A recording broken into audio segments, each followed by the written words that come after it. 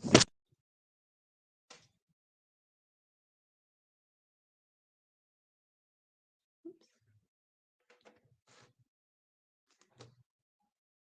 everyone. Good morning. I'm so excited to be here today and moderate this amazing panel we have for you this morning. So welcome to day 2 of Anteater Family Weekend. I hope you've enjoyed everything so far. So please grab your cup of coffee or whatever your morning beverage might be. Diet Coke's also fine, no judgment. I'm actually on my second cup of coffee, so just settle in, and we have an amazing panel for you today.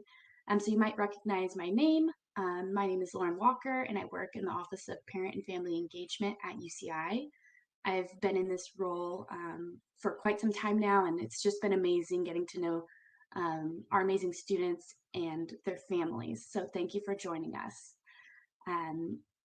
So that brings us to this morning's panel. We have a wonderful group for you today, which includes alumni across various disciplines, as well as an esteemed lawyer and UCI Law School lecturer who all know the ins and outs of career development, and they can give you a truthful view on how to succeed as an up-and-coming anteater. So I will briefly introduce the panelists to you, and they will touch more specifically on their areas where they work, and they have such fascinating stories, and they've taken such different routes. So it's just incredible to hear. So let's get started. I will start with Mona Bassett. She is a UCI alumna who graduated in 1993 with her bachelor's degree in English. She's currently the Vice President of Digital Services at SCL Health. Mona was also recognized at UCI with a Lauds and Laurels distinction. So she was a distinguished alumni and received that award in 2019. So welcome, Mona. We also have Andrea Green, who is not an alumna, but is absolutely incredible. She is our lecturer in the UCI School of Law. She graduated from Brown University and then Harvard Law School. She is also a partner emeritus at IRL and Manila, LLP. Next, we have Katie Basile. She's a double UCI alumna who first graduated from the university in 1980 with a bachelor's degree in biology. And then she has a great story. After she declared a German major, well, she did that so she could become a 5th-year student on UCI's EAP program in Germany. So she graduated with a bachelor's degree in German in 1982, and Katie is currently a partner at Reed Smith Law Firm. So welcome, Katie. And we have Alex McDonald, a UCI alumnus who graduated in 2018 with his master's degree in mechanical engineering, and he's currently a program manager at Tesla. Welcome, Alex. And last but certainly not least, we have Kelly Galligan. She's a UCI alumna who graduated with her JD in 2015 from the UCI School of Law, and she currently serves as an associate at Rutan and Tucker, LLP. So welcome, everyone. Thank you so much for joining us today. This is our amazing panel. So let's just jump in, and we could start off just doing a brief overview of your role and what that looks like typically in your day-to-day. So Mona, would you like to kick it off? Sure, happy to. Hi, everybody. So great to be here with you. I am the Vice President of Digital Services at a not-for-profit healthcare system in Denver, Colorado. And my role is in the technology organization, and my team focuses on consumer engagement technologies. So everything from our consumer apps to our website, to our intranet sites, chatbots, our Salesforce practice, and really anything that we do that helps engage our patients and our consumers. That's wonderful. Thank you so much. And Katie, let's hop over to you. Sure. Good morning, everybody. I'm a partner at Reed Smith, and I'm in the Silicon Valley office. I'm a trademark and brands attorney, so I help companies when they are trying to identify a new trademark. I take them through the clearance process. We do this on a worldwide basis. I'm also started out as a complex commercial litigator, so I also help clients defend themselves or bring enforcement actions for their trademarks in both federal court and the Trademark Trial and Appeal Board. Wow, thank you. Andrea, let's go to you. Hi, everybody. Really happy to be here.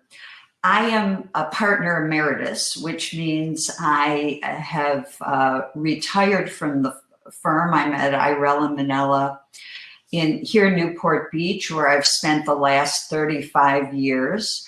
I was a trial lawyer from day one, and I still handle cases because I love to be in the courtroom.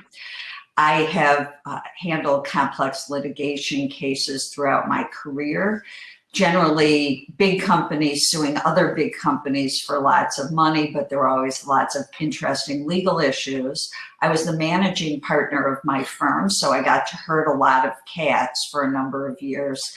But my dream was always to be a teacher. So I got to fulfill that starting second semester of 2020, a very remarkable year here at UCI Law School, where I teach an advanced seminar in class actions. And I'm doing that again this year, and I love it. That's really what I probably should have done, but it's a great way to round out my career. Thank you so much. I'm so glad that you got to do what you love. Sounds like your whole career. Let's hop over to Kelly. Hi, everyone. Thank you so much for having me. I am a corporate and mergers and acquisitions attorney at Rattan and Tucker. Rattan is Orange County's largest full-service law firm. As Lauren mentioned, I graduated from UCI Law, loved my experience there, and now I spend my days representing private companies, helping them grow their business, raise money, buy and sell other companies. It's a ton of fun. Entrepreneurs every day. Great, thank you. And Alex. Hey, Alex here with Tesla. I'm a program manager at Tesla. I manage most of what gets built in the LA area for what we call our supercharger network. In layman's terms, that's electric gas stations. But you have to bring to bear a large amount of commercial power, almost the size of, say, like a mall. It's quite a lot of power, so there's a lot of coordination with utilities, with local agencies, and just to understand, I suppose, the impact locally. Most of the air pollution here in Southern California comes either from the ports or from transportation. And so us electrifying our fleet here in California, especially LA, where there's a lot of vehicles, leads to a very, very big impact locally, in addition to climate change concerns, et cetera. And I also maintain a background in mechanical engineering and political science with the folks in economics as well. And I've worked both in politics and engineering. So happy to be here, and good morning. Yeah, thank you so much. You all have such diverse backgrounds. It's incredible. Thank you. So I know a topic that has been coming up a lot with students recently is there's sort of an uncertainty, or they feel uncertain about what their career projection will look like due to the pandemic. Do you mind touching on what your job looks like now and how the pandemic has affected your specific area? Katie, you could start us off. Happy to do so. So in some ways, the pandemic the biggest way the pandemic affected our actual offices is that we all, like everybody else, moved to working from home. And so for many, so that's been a big shift, and it's challenging in the legal profession, or at least working in a law firm, in that we do a lot of talking to each other in the office and meeting clients and going to court and things like that, which we've always done in person. And we're now doing all of that online. And as many of you can appreciate, for some of us lawyers, we've all now learned how to use Zoom appropriately and several other platforms, including this one. It's also, it hasn't, interestingly enough, I work for a lot of large companies as well, and they're pretty busy. And so our work has been busy, and we have continued, for example, with our summer associate programs. Reed Smith is a very large law firm. We have a summer associate program working with law schools for students to come in and then become associates, and that we took online, and we have continued. So I would say in many ways there hasn't been a large change. Where there has been some changes in our pro bono work. We do a fair amount of pro bono work, and we have a lot of pro bono clients now who have a lot of issues that they didn't have before the pandemic. So that's also been an increase in work, ranging from helping individuals with their housing, and also our immigration work. So So I'll stop there. But yeah, Thank you. Sounds busy still. Mona, we can just go in the little square order. So Mona, please. I will tell you that working for a health system, our lives were completely changed with COVID. And certainly, as a multi-hospital system and clinics, we had to be sure, obviously, that we were ready to handle any patients that were coming into our hospitals. And being on the technology side, there is a lot of stuff that happens behind the scenes, everything from our electronic health record to how we communicate with our patients. I think I would say two good things that came out of this whole experience. One is that we were able to accelerate a lot of digital initiatives that we had sort of been talking about and maybe weren't very fast to really come on board. You think about doing video visits with patients, doing e-visits, and really moving that whole patient experience to the virtual world. We used to have probably under 100 video visits before the pandemic, and the next month we had like 11,000 in that month. And so that brought things on board very, very quickly, which is fantastic. We brought in a lot of other technologies too to help with all the management. We introduced a couple of chatbots to screen for COVID, to screen our associates. So things that we had been wanting to do, we were able to do very, very quickly. And then I think the other thing is that because most of our sort of corporate or enterprise support jobs were sent home, most of the staff is remote now. Obviously, the hospital staff is not, but any support services, things like that are remote. And it really enabled us to hire people from across the country when before we really focused on, the Denver area, and we also have some facilities in Montana as well. But now we can look across the nation for the best person for the role. Wow, thank you. I think that is a great point that students should keep in mind. I mean, location might not necessarily be a tying factor. They're not tied down maybe to a certain area just because of where they live. So thank you. And Andrea, let's go to you. Like Catherine, my firm has been virtual for the last year, and what's been surprising, and I think will change the way law is practiced going forward, it's worked exceedingly well. People have adapted. We do miss the day-to-day face-to-face interaction, but a lot can be done on Zoom, and people really can work from anywhere. Also, I found that court proceedings, with the exception of trials, are extremely efficient when you're doing them over Zoom. A few weeks ago, I had a court appearance in Los Angeles Superior Court. The actual appearance took 15 minutes. So I could do that from this same desk that you see. Didn't have to drive to LA, didn't have to wait, didn't have to come back. Otherwise, that would have been 3 hours of my time.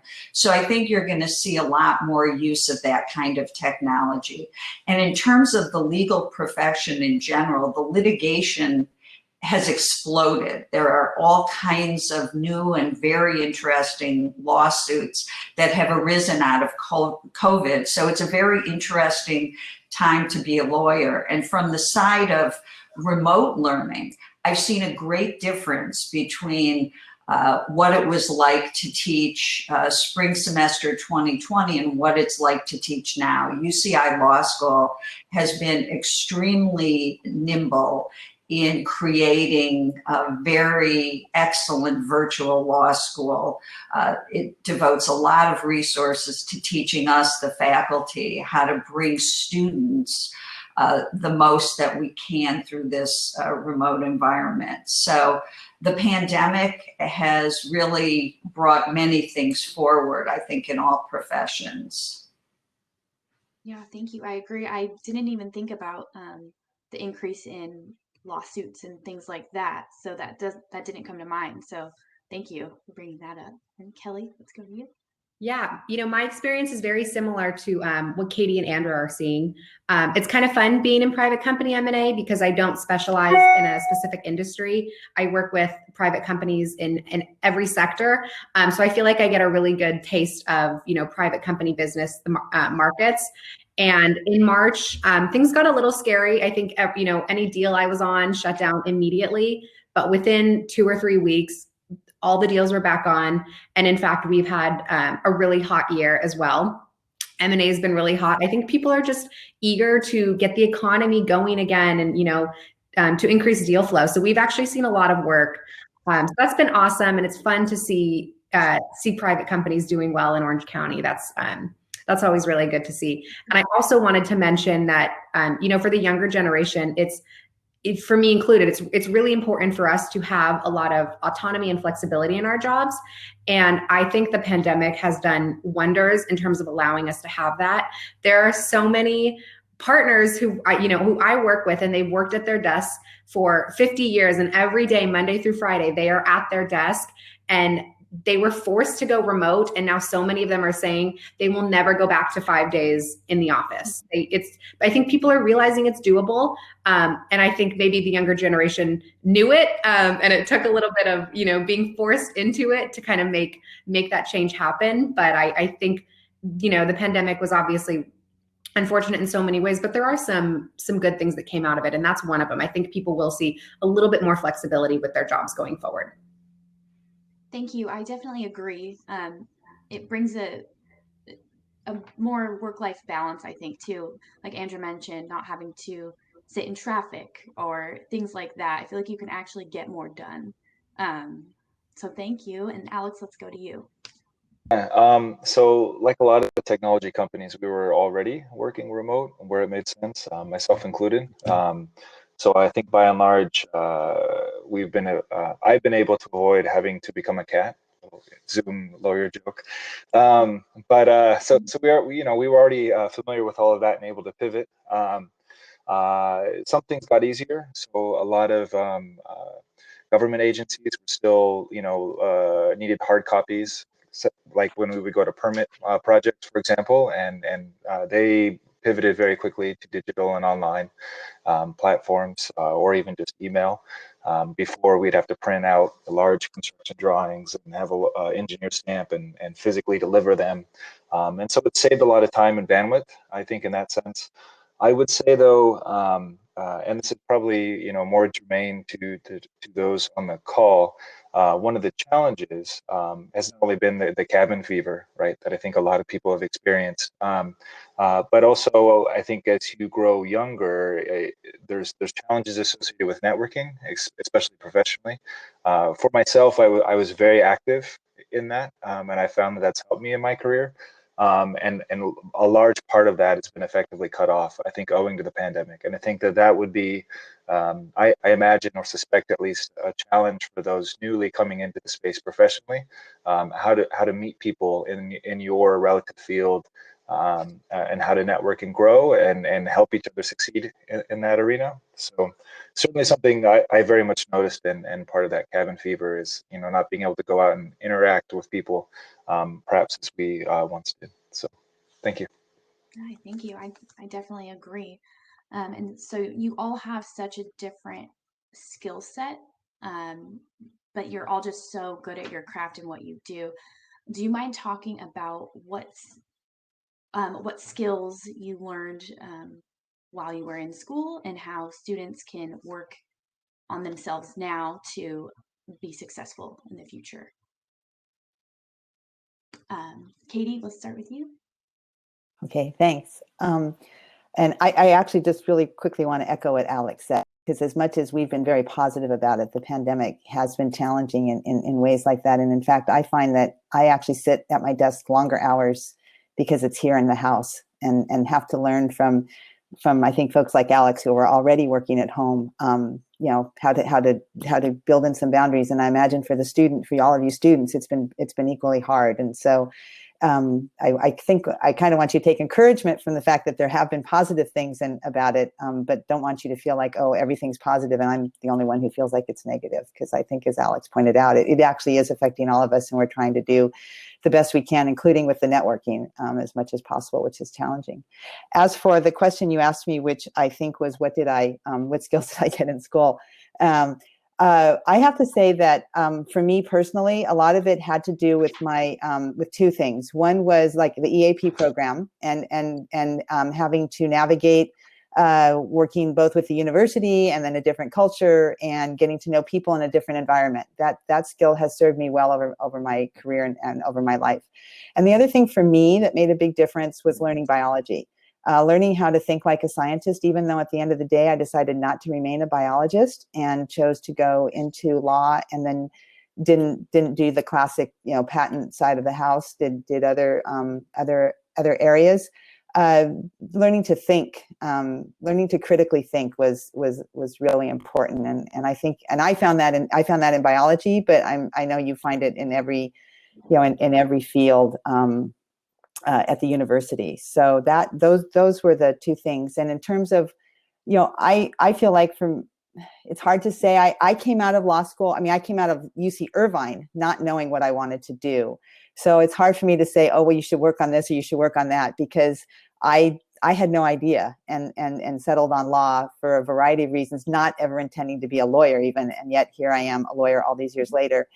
And yet I've raised 4 kids, and a couple of them knew from the moment, I swear, the moment they could say what they wanted to do, and they were very directed on their path. And so if you're one of those people, the most I could say was to to think ahead about the opportunities and the path you want to take. But I really feel learning to think critically, and then having those opportunities to get to know other people and find different ways, whether it's joining a club or an organization or when the pandemic is over, those are the kinds of things that I found helpful. Thank you very much. Mona? I think, certainly the university experience is really designed to allow you to dabble and think about what you might want to do. I think I changed my major maybe 3 times my first year. And then when I settled on being an English major, I'm the daughter of 2 chemists, and they were not quite sure that I would actually find a job being an English major, and the daughter of 2 scientists. But I think what I really learned at UC Irvine is that, the major, obviously pick something that you enjoy, pick something that you think that you'll be able to do something with. But I think the important part is that UC Irvine really taught me how to think, how to be curious, how to ask questions, and most importantly, how to figure things out. I interview countless numbers of people who just can't think that way. And, especially being in a lot of creative fields and technology fields, things change every single day. And if you are not willing to really try to figure stuff out, learn every day, then you probably won't be very successful. So use UC Irvine to be able to do that. And again, I think it's a very rare thing. I don't see it a lot. You don't come into jobs these days and sort of get the checklist of, here's what you're supposed to do every day. It's ever changing. So the more you can focus on that, the better. And then I think the other thing that really helped me, and you have a good opportunity to do it, maybe a little bit less these days, but everybody's creative, but really just get involved with all kinds of things. So whether it is, going abroad or, anything else. I was involved in the summer orientation program. So I was a staffer, and I did countless other things on campus. And I think all of those experiences really impact who you are and how you can really bring all of these amazing abilities and initiative and just creative thinking to the jobs you do. For me, that was really important because I did a lot of different things in my career. I started my career, sort of my first corporate job, as a technical writer. I ended up going into communications and marketing, moved over to brand management, moved to digital marketing, and then ended up in technology. And who would have thought that, an English major would end up in technology? And it's an amazing place to be. And I think the only way I could have done that was to be able to be open to learn and try new things and just figure it out. I love that. Thank you. So it sounds like there's a theme here where, just be open. Students, if you don't know what you want to do, that's fine. Just obviously you'll find your path, even if you might end up somewhere where you didn't expect. So thank you. Andrea, would you like to add anything? Have fun in college. Enjoy the people. try different things. You will never get that opportunity again. It breaks my heart when I see students in college who are just thinking about what do I need to do to get that job, and they're missing the best 4 years of their lives. Obviously, don't flunk out. Take courses, try new things, but you may find that something really excites your passion that you had no idea about. I changed my major like 20 times in college, finally ended up as an economics major, but I always knew I wanted to be a lawyer. But what I remember about college is not my courses. Thankfully, I was able to get a degree and go on to law school, but I remember the people, I remember the activities, and don't miss out on those. But the one skill that I found to be most beneficial for my career was writing. Work on writing. There are many ways you can do that, but your courses will present an opportunity for you to work on that skill, which will help you not only as a lawyer, but in any field that you choose. Thank you. I think sometimes, well, I know when I was in college, I would kind of forget to have fun. You get stressed out and you get so into the thick of it. So you forget, this is such a short time in your life. Enjoy it. Um, so I think that's great you brought that up. Have fun and honestly just make great memories, but remember why you're there. So I love that, Andrew. Thank you. Kelly, would you like to add anything? Yeah, I love that advice too. I mean, I think it is really important to be curious and to try different courses and kind of learn what you love. And it's not like, if you decide to take biology classes and you end up becoming a brand attorney, like it's not like you're still headed in the right direction. You're still learning really valuable skills that'll help you in your career. You didn't hear Katie say, I took these really great classes on branding, and now because of those courses, I'm a great brand attorney. It's all about taking courses that help you develop as a person. And it can be like so many different things, and everyone's path is going to be different. So I love the advice you guys are giving about, exploring and finding something that just fits your passion, because if you enjoy it, you're going to care more, you're going to do well, you're going to really, embrace the class and really learn a lot from that class. So I love that advice. And when we initially got these questions, I was going to talk about, the importance of learning to think critically too. But I think Katie and Mona already, said great things about being curious and thinking critically. So I don't need to harp on that again. I think you guys have already given some awesome advice. Thank you so much. And Alex? Yeah, I would say so.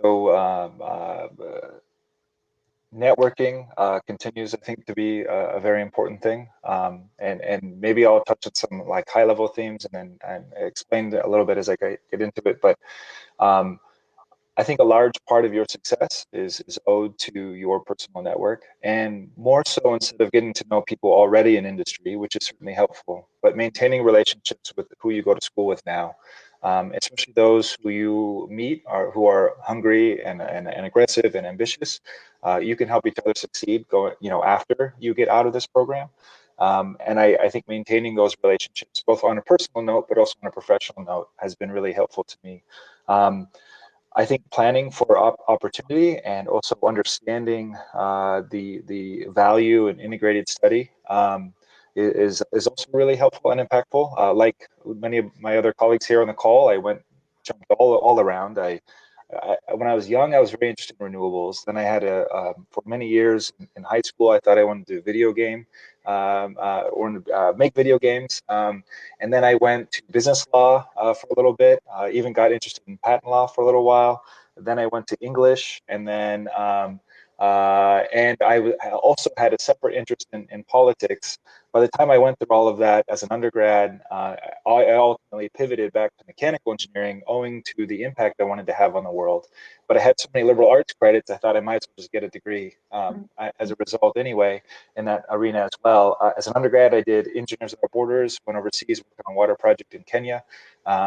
And then worked in industry, both politics and then commercial and industrial, Intel, Boeing, U.S. Navy, Seattle Public Schools, very big projects. And then came back to graduate school and continued in that same vein I think to paraphrase, Tom Sawyer, don't let your education get in the way of your learning. At UC Irvine, I ran this program called Solar Decathlon, where we had to design and build a solar-powered house that you could take apart and reassemble on site in less than 2 weeks. And this was hosted by the Department of Energy. It was global. I raised over $1 million and managed 100 students across 4 schools: Chapman, UCI, IBC, Saddleback, et cetera, to bring all that together and built this integrated team. And we competed and took second place in engineering, and it was a fantastic experience. And so the classroom is only half of the equation here. I guess when you're looking at your opportunity in university, and I would say really embrace this as an intellectual playground. And even though a lot of this stuff is remote owing to COVID, there are still a lot of opportunities to engage.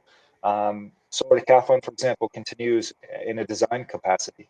And I still mentor students from across the nation on Solar Decathlon design of various teams. I think I'm mentoring 4 right now. And so even diving into the design of it, and even though a lot of it's still now over webcam at this immediate moment, having to apply those skills that you pick up in the classroom is a different level of thinking that I think more adequately, or not, I wouldn't say necessarily more adequately, but accentuates the learning that you get in the classroom. And I think that it's really important to jump all over those opportunities here at university. So. Thank you. That's amazing. Your journey is so interesting. I love hearing about it. And I think you nailed it. Your outside, hands-on knowledge and experiences definitely complement what you learn in the classroom. So that is very important for students to engage in. So we have about 8 minutes left. So I just want to open it up to the panelists. If you have any advice or anything that you feel you should mention that hasn't been discussed already. And everyone, please feel free to use the live Q&A function and enter some questions if you have any. I think one other piece of advice I would give, as you get more experience in your career and later in your career, you read a lot of things about how to say no. Balance your schedule, don't take on too much, have time for yourself, which I think is great advice. But I think you should actually be doing the opposite when you're earlier in your career, and to say yes to just about everything. Any chance to learn, any chance to get an experience, just say yes to it. So when you're at UCI, say yes to different organizations, different opportunities, different classes, different ways of thinking. When you get to that first job, say yes to all of the different projects that might come your way. Maybe you work on a new project that you had not been involved with previously. Maybe you head up the social club at your organization or your office, but just say yes to everything at the beginning. That would be my advice, because that's really the time to learn, and you do have a little more time to do that. I like that. And in addition to, it helping you grow in terms of, being really good at your job, I think you can also say yes to personal and social opportunities that are also really important. I know Alex has made some really great points about the importance of growing your personal network, but I think if you join an intramural team, maybe if you're a little bit shy and you haven't met anyone yet, obviously whenever intramurals happen again, but experiences like that will really help you connect with people on a different level, and you'll have those relationships forever. And in addition to the skills that you're learning to be good at your job, the relationships are incredibly important, and people can't take those away from you. And you don't necessarily know exactly what path your career is going to take, but those relationships will surprise you, and they'll come in handy. And also it makes your experience a little bit more enjoyable when you have friends to do things with. So Thank you, Kelly. I was just going to jump in on the point about just now, and you don't know what path your career is going to take. And in some ways, you don't know what path your life is going to take. And so, I think there's a lot to be said for planning, and there are people who are planners, and then there are people like me who are not planners and who feel like at some level life happens to them. And but I think flexibility. I think that's what you're hearing here too, is flexibility. Throughout my career, when I had different opportunities, I went ahead and took them. I was in private practice, then I worked in-house. I worked at Levi's and then at Intel, 2 very different companies, and then went back into private practice. And I those are changes. I mean, today I think actually a lot of young people make those changes much more readily than maybe they, I was making them 30, 32 years, 3, 4 years ago. But I think being open to considering different things is really important. And as much planning as you do, you just don't know where your life is going to take you. So I would encourage you not to stress about that right now. I think it's really more about having exposure, which is what I think you're hearing from all of us. Thank you, Katie. And we actually have some questions that came through. So Andrea, this is specifically for you. Do you have advice for young women interested in law, and how can they advocate for themselves to have a path to leadership? That's a great question. I think there isn't a better time to be a woman in the legal field. In the dark ages when I practiced, I'd be the only one, and people actually asked me when I was pregnant, are you coming back to work? Which of course is illegal, but they wondered because no one had done it. The world's totally different now. And law firms and organizations want to advance not only women, but people of color, because they recognize that's the world we live in. That's what our clients are. That's what they want. So my advice is don't sell yourself short, or don't think that it's not open to you. It may be more challenging, but find mentors. Believe in yourself and take those opportunities. I mean, my colleagues saw leadership capabilities in me before I did, and they were all men at the time, and they helped groom me and teach me that I could do it. And so I encourage people, when you find a position, find mentors, believe in yourself, and also work on skills that are good for leadership. But I think that gender these days is not, it's not a disadvantage. Thank you so much. I agree. I can't believe they asked you that. But I love that you're like, of course I'm coming back. Are you crazy? Okay, we actually have about 2 minutes left, but some questions have come through for Alex. So if you want to touch on those really quick, Alex, what's your biggest tip for internships in STEM? Okay, so 2 things. First, just to touch on some earlier points, as you say yes, you learn what you don't like, and sometimes it's easier to start to figure out what you don't like versus figuring out what you do like, right? And as you get older, perhaps that list gets longer. So start there if you don't know exactly what you want to do.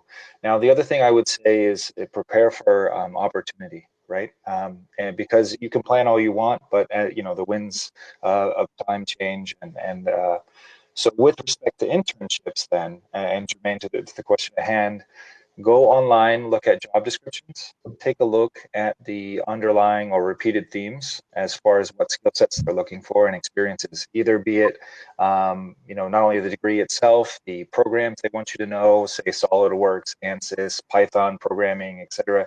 You'll see a repeat, especially in the fields of interest that you're looking for, and start cataloging those skill sets that they are looking for. And as you go through school, start collecting or diving deep into it. The classroom may not give you all of that, but the opportunities available at university will often allow you to explore and dive into that. So by the time you do leave the program, you have those skill sets ready. So I would suggest there. The other thing is accept rejection, right? You get a lot of no's. I continue to get a lot of no's. I've gotten lots and lots of no's in my life. And so sometimes it's even somewhat of a numbers game in addition to that network, right? So if at first you don't succeed, try and try again. And I think perseverance is a large part of that success. And get creative. Go on LinkedIn, try to find people, alumni, et cetera, reach out to them, ask them what their experiences are and what they are looking for. And that can perhaps help prepare you or set you up to succeed as you do apply for those internships. Or maybe they can even refer you and you can get through this automated stack of review and set you up to succeed in that STEM field. So good luck. That was great. And thank you so much. We have about 30 seconds and the session just automatically shuts off. So I just want to thank all of our panelists. Thank you everyone for joining. Great questions. I hope this helped you. I know I feel inspired just by hearing from them. So thank you. Any last words, panelists? We have 10 seconds. Tesla, I want Alex's job. Good luck, everybody. Bye. Thank you, everybody. Yeah, thanks everyone. Pleasure. Good luck with Thanks, everything.